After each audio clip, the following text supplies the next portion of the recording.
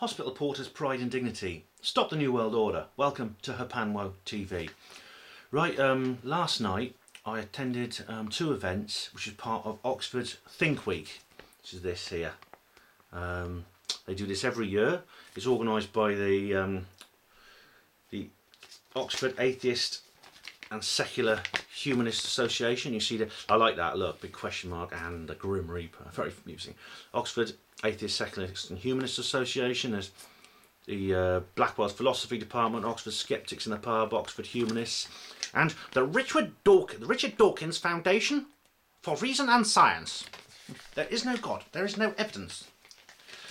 So basically I went along to two of the events. One was a very interesting event with Professor Chris French, MBA. Yep, I'm going to come to that in a minute. And there was a guy called Martin Taylor who was a hypnotist as well, and that was very interesting. But before that there was a discussion group with about maybe 30 odd people, chaired by Dr. Stephen Law, and there's a link in the description box to the conspiracy theory conference that the British Humanist Association held, which I went along to, which Stephen Law organised as well. And again, it got me thinking. We were talking about whether there's an afterlife or not, whether there's a life after death, is there a God, what happens to us when we die, all these big questions that a lot of people have been asking. And it's called Think Week for a good reason, because it got me thinking. It says think about death, and I was thinking about death. And as luck or synchronicity would have it, I was actually thinking quite hard about death because of a video I saw, an actual video I saw of a TV documentary, which was pretty heartbreaking actually. I'm going to show it you in a minute. But first I wanted to say that this video is directed at a particular type of person. Alright, and I'm going to get a bit angry with you people. Now one thing I've learned, I'm not angry with Chris French, I'm not angry with Martin Taylor, I'm not angry with Stephen Law. Because I think those people are being intellectually honest. They may have their MBAs, they may not believe in an afterlife, but I think they're being genuine about their disbelief in an afterlife. The people I'm angry with are the people who have their MBAs when they know damn well that there's very good evidence that an afterlife exists. At least they think there is. They agree with me secretly that there is evidence for an afterlife, but they don't want to say it because they're too fond of the prestige that comes from disbelieving in an afterlife and believing in oblivion. They want to believe that when you die, that's it. Your consciousness snuffs out forever. There's no heaven, there's no hell, there's no afterlife of any kind. You just cease to exist. For convenience, I will call that oblivion. And it's a good word. It's the word they use. That they believe that there's oblivion after death. Now, I think a lot of the people who say that don't really believe it, as I said, and they are doing it for the purposes of MBA and because they enjoy that prestige. Now, I know I take the piss out of those people a lot on Hapanwo TV, and I have done recently with Julian Bergini. I'm not sure which category he fits into, but watching this video and going to this Think Week event has got me reconsidering whether I should take this subject a little bit more seriously and ask those people a very, very serious question.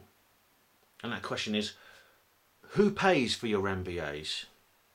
You people. Excuse me. You people who say you don't believe in the afterlife, when the afterlife does exist, and when you think the afterlife does exist. There's a price to be paid for that. Someone has to pay for it.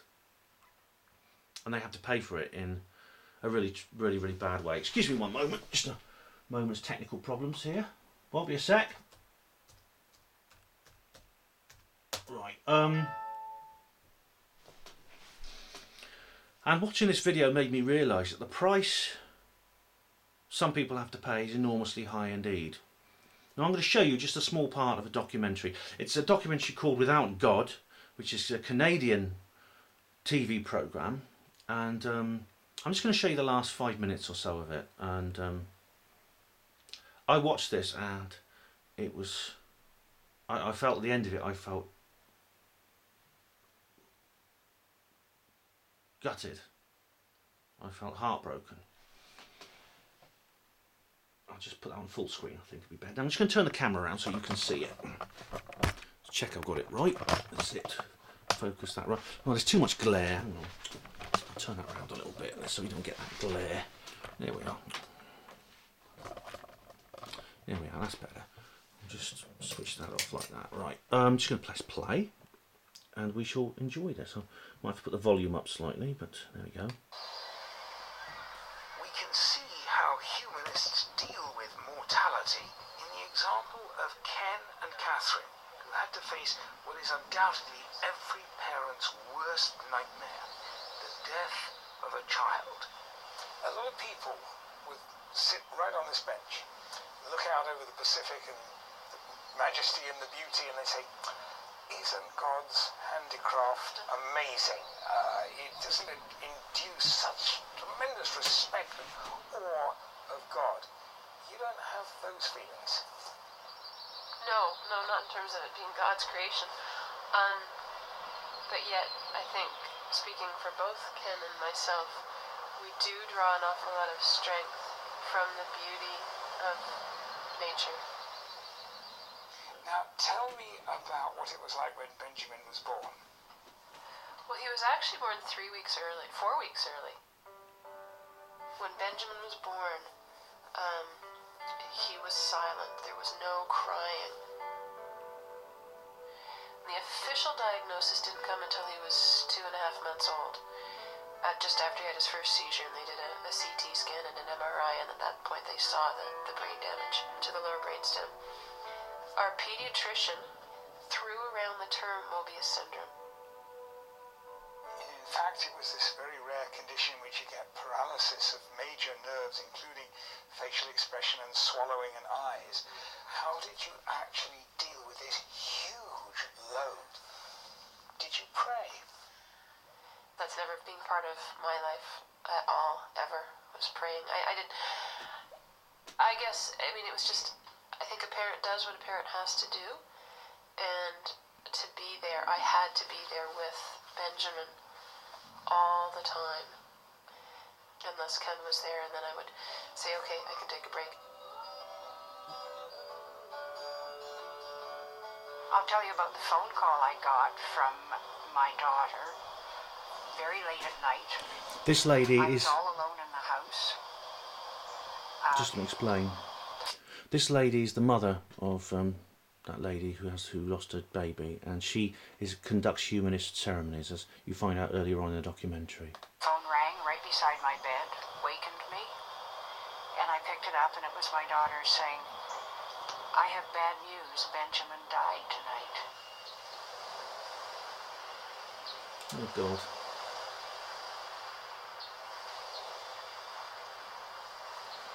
On the night that Benjamin died, we were in the hospital, and his little body just lying there completely lifeless, and I think I turned to Ken and I said, if there was a time that I could possibly ever believe in God, it would be right now. But I said, I can't.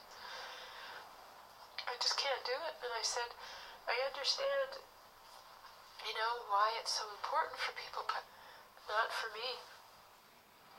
It must be nice for people who genuinely believe there's an afterlife. For themselves, let alone for Benjamin. I love the idea of Benjamin being somewhere, but I have not even an inkling that that's true. It just doesn't make sense to me with all I see with nature. Things go back into the cycle of the earth, and so it is. What about the people who said to you, Benjamin is in a better place now? I remember getting together with this older guy in town who's such a delightful man. But he used to be a reverend or a minister of some sort. Now he considers himself a direct follower of Jesus. He doesn't belong to the church. But I remember him talking all about Jesus to us, Yeah. only weeks after Benjamin had died. And he was going on and on about the biblical story. And, you know, I looked at him and I said, you know, Rich, if this was anyone else, this might really piss me off. But you're such a good man, and this is where you draw it from. We had decided to have Benjamin cremated, and we took his ashes and we paddled out into the Broken Islands here. It was directly due west out from Owen's Island. At that time, Catherine was pregnant, and when our new baby was born, we named him Owen. So just know there's that connection to Benjamin. I think you make symbolism and meaning in your life, and we create that. So we created it by putting all these little toys on the bench, or by making that connection in the naming and sprinkling his ashes off a place of significance. One of the things that he loved to do most was to sit in the swing, and he would say, swing go, swing go. He spent hours in that swing and just loving it. As soon as Owen became old enough to be placed in the swing, they took his picture and they sent me a picture of Owen in the swing. Yeah, it's a very special place for him now, too. In some ways, it's another cycle, just like any new child or new person on this earth is part of a new cycle. We live on in our children, we live on in our grandchildren, we live on in the influence that we have on other people, which is why it's so important to live your life to the fullest every day. And that's going to carry on. It's the influence you have while you are alive, because you only get one chance.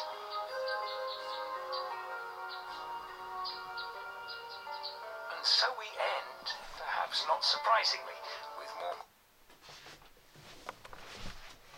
Right, back on. Right. Now, Dora, I'm not going to burst into tears this time. I did when I first saw that. Of course, my first instinct is to, if I met Ken and Catherine, would be to say that there is good reason to suppose that little Benjamin, your son, is still existing in another form. His consciousness has not been destroyed and is still existing in another form. And it's got nothing to do with Jesus. I wouldn't go on to them about Jesus like the man they talked about did. I'd say it's a scientific and rational reason for thinking that. But well, I don't think I would do that, because I've lost a child too. I know how it feels, and I can put myself in their position. And if I believed in oblivion, my response would be, don't tell me he's still around in another place. Don't tell me there's no oblivion. Oblivion is a place I've lived with him too. I've had to build a fortress in it. How else have I been able to continue with my life? Don't you tell me that there's no such thing as oblivion now, after all this. For someone like Kay and Catherine, you can't, who've been through what they've been through, anything now that contradicts their ideas would be offensive and upsetting to them, because they've had to learn to live with this unbearable idea, which people say an unbearable truth. I don't think it is the truth, but for them it's the truth. So I wouldn't be so tactless as to say anything to them about my ideas on spirituality. Not until they were ready, if they ever became ready. But that would be something that only they could decide, not me. But what I'm angry about is this is the dark side of MBA, what you've just seen. Alright? For those of you out there who are strutting around, wearing your superiority on your shoulder, when you know damn well that what you're living is a lie, those are the people who have to pay the price, right? Those are the people who have to swallow your bullshit whole and choke on it. As I said, I'm not having a go at anyone who honestly believes in oblivion. I'm having a go at people who don't believe in oblivion but pretend they do, just for the sake of looking tough and hard and mean and intellectually cool. You know, MBA, those sort of MBAs.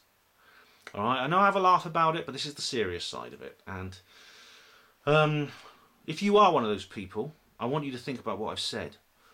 Watch that Without God program. You've seen Ken and Catherine and what they've been through. What they're going through is partly down to you. Okay? I don't often get angry, but I'm angry this time. I'm angry with you for contributing to their suffering. Oh, thank you for watching Hapanwoke TV. There'll be links to everything in the description box so you can watch them yourself. That is just what I just showed you is just one small clip of an hour-long documentary from Canadian television. Hospital Porters, Pride and Dignity, Stop the New World Order.